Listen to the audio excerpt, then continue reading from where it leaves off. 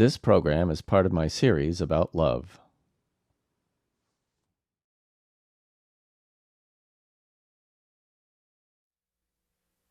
I'm Glenn Koenig, and I want to say a few words about my racism.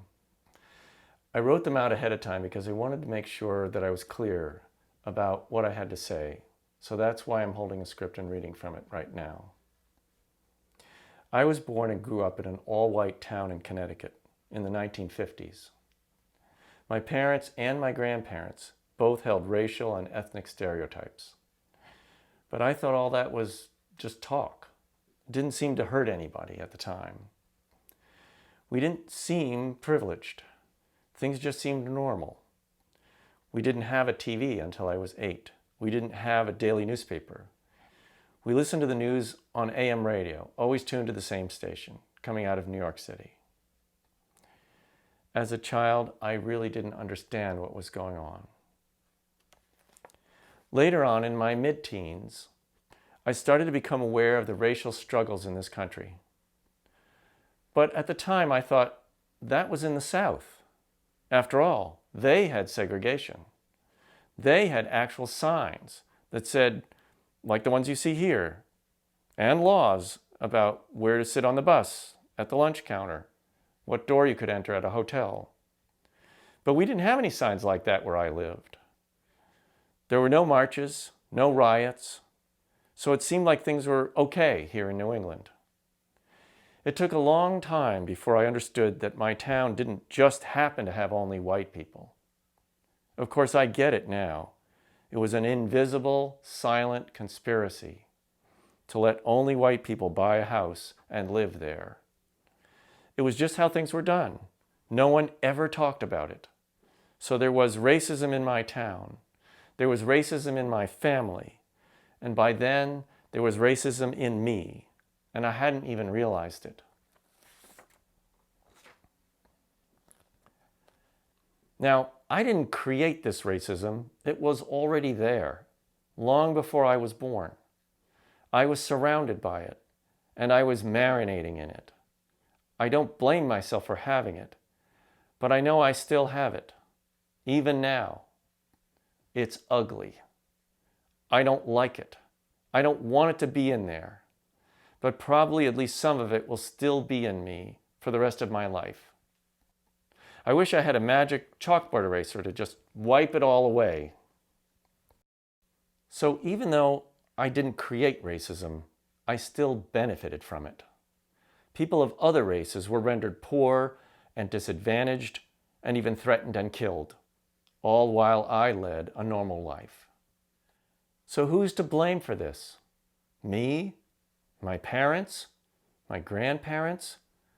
They've all passed away by now. In a way, it's impossible to figure out who is to blame. Too many people were involved. An entire nation, pretty much. And yet, in my opinion, it doesn't really matter who is to blame. What matters is what I do now. That's what I mean by blame versus responsibility. As far as I'm concerned, blame is almost always useless. When we feel angry, it's very tempting to blame someone else, or even ourselves, for what happened.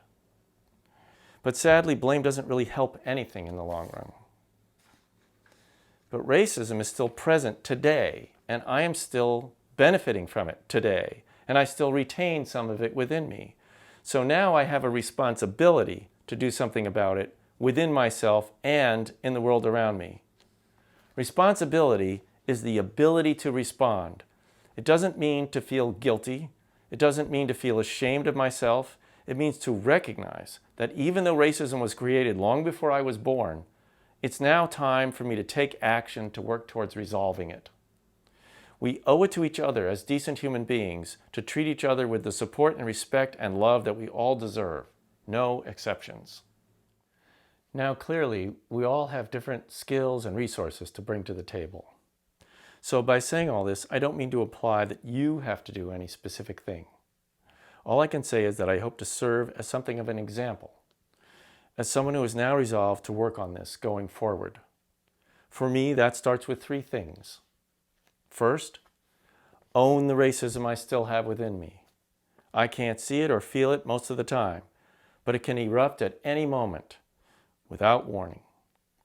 So when a racist thought or feeling comes up inside me, I resolve to stop. Stop to recognize what is going on and take a moment to do what I can to deal with it. Or take time to work on it later, alone or with others or with counseling. I resolve not to express it to anyone who it might hurt if I can help it. It's not their problem to solve. It's mine. Second, I want to learn more about how I can best help others. After all, it's not just up to me alone to decide what to do. I know I have a lot to learn. I know there are plenty of resources out there, articles, videos, and people to talk to in order to better understand how to proceed. Third is to plan to act on what I've learned. It's great to become more informed, but taking action is what counts. But taking action can involve risk.